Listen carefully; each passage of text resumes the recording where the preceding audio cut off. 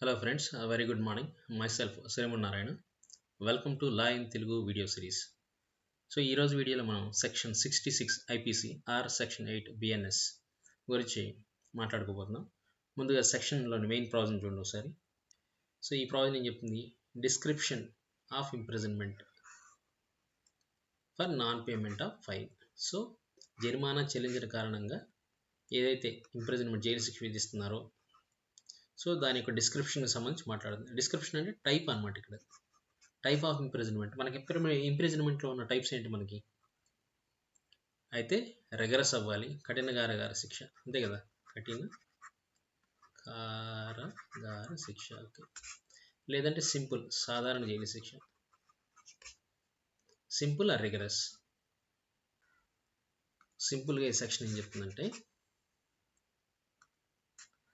the imprisonment may be of any description to which the offender might have been sentenced for the offense. Okay, so a type of ఇంప్రిజన్మెంట్కి ఇతను లైబులో ఆ నేరానికి సంబంధించి ఇతనికి విధించవచ్చో అటువంటి డిస్క్రిప్షన్, అటువంటి టైపే మేబీ ఇతను కూడా విధించవచ్చు అనమాట. ఇక్కడ విధించే ఇంప్రిజన్మెంట్ కూడా మేబీ అదే ఉండొచ్చు.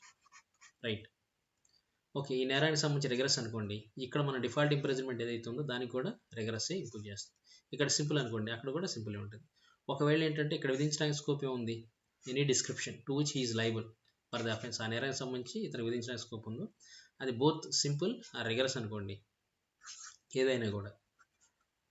అప్పుడు ఏంటంటే మేబీ అన్నాడు కదా, ఎనీ డిస్క్రిప్షన్ అన్నాడు కాబట్టి కోర్టు ఇక్కడ ఇట్ క్యాన్ చూస్ ఇది సింపుల్ చేయొచ్చా రెగరస్ చేయొచ్చా అనేది కేసు యొక్క ఫ్యాక్ట్స్ని పరిగణలోకి తీసుకొని సింపుల్ రెగరస్ ఏదో ఒకటి విధిస్తుంది అనమాట. ఎందుకంటే ఈ అఫెన్స్కి రెండు విధించే స్కోప్ ఉన్నప్పుడు డిఫాల్ట్ ఇంప్రిజన్మెంట్ వీటిలో ఏదో ఒకటి చూస్ చేసుకోవాలి. అలా కాకుండా ఈ నేరానికి రెగరస్ అయితే రెగరస్ చేయాలి, సింపుల్ ఒక్కటి మాత్రం ఉంటే సింపుల్ మాత్రం విధించాలి, రెగరస్ చేయడానికి స్కోప్ లేదు.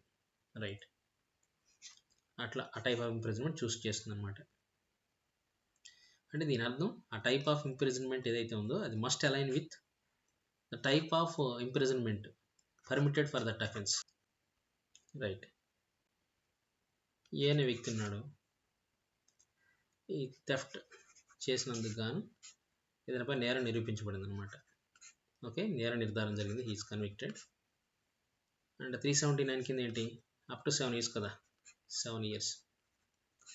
సో దీనికి సంబంధించి ఏంటంటే మనం ఏదైనా సింపుల్ అయ్యొచ్చు ఆర్ రిగరస్ అయ్యొచ్చు, రెండింటికి స్కోప్ ఉందన్నమాట. ఈ 7 years అనేది కఠిన కారాగార శిక్ష వేయచ్చు, సింపుల్ సాధారణ జైలు శిక్ష విధించవచ్చు, and or fine. Okay, court ఏం చేసింది, 1 year రెగరస్ ఇంప్రిజన్మెంట్ ఇంపోజ్ చేసింది అనుకుందాం. అలాగే ఫైన్ ఒక 5,000 వేసింది అనుకుందాం. సో 7 years వరకు ఇంపోజ్ చేయొచ్చు, బట్ ఇక్కడ 1 year ఇంపోజ్ చేసి 5K. సో ఇక్కడ ఏంటి, బోత్ సింపుల్ రెగరస్ ఇంప్రిజన్మెంట్ ఇవ్వడానికి స్కోప్ ఉందన్నమాట. ఆ description imprisonment of either description, either simple rigorous కదా. ఇప్పుడు ఈ 5K అనేది అతను పే చేయలేదు అనుకోండి, డిఫాల్ట్ అయ్యాడు. ఇప్పుడు ఈ డిఫాల్ట్ ఇంప్రిజన్మెంట్ ఉంటుంది కదా, ఈ ఇంప్రిజన్మెంట్ ఏదైతే ఉందో ఎయిదర్ డిస్క్రిప్షన్ అనమాట. ఇది ఇక్కడ స్కోప్ ఉంది కాబట్టి మెయిన్ అఫెన్స్ ఏదైతే ఉందో థెఫ్ట్కి సింపుల్ రెండింటిలో స్కోప్ ఉంది కాబట్టి ఇక్కడ ఇదర్ సింపుల్ వేయచ్చు లేదంటే రెగరస్ చేయొచ్చు. Okay, so both are allowed for theft అనమాట. ఈ కేసులో 66 ప్రకారం ఈ ఫైన్ కానీ కట్టకపోతే.